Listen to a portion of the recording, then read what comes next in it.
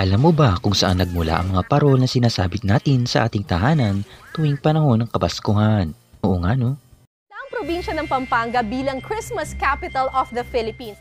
Kung wala ang mga kumikinang at mga kulay na parol na isang tradisyonal na Christmas lantern sa Pilipinas, hindi magiging kapanapanamik ang Kapaskuhan. Nagsimula ang kasaysayan ng parol noong panahon ng kolonyalismo sa Pilipinas sa pangunguna ng mga Kastila. Pinakilala ng mga Kastila ang Kristyanismo sa mga Pilipino at noong 1908 ang mga ngalakal ng asin mula sa Bacolor, Pampanga na si Francisco Estanislao ay nagtayo ng isang malaking Christmas lamp at sinimula ng mga taga roon ang tinutukoy nilang parol.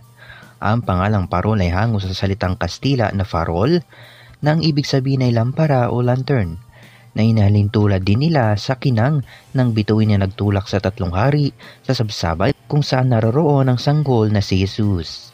Kaya tinaguran ding Christmas capital of the Philippines ang lungsod ng Pampanga. Habang lumilipas ang panahon, ang mga parol ay utay-utay ding nagbago. Naging masagana ito at ang iba ay umiilaw. Ang iba naman ay gawa sa mga iba't ibang materyales. Ang parol ay naglalarawan ng pagkamaharlika ng mga Pilipino, bukod pa sa pagkadaragdag sa ideya ng parol. Na mga kabasa istorya natin ito ang M-Stream, dito mo lang yan matatagpuan.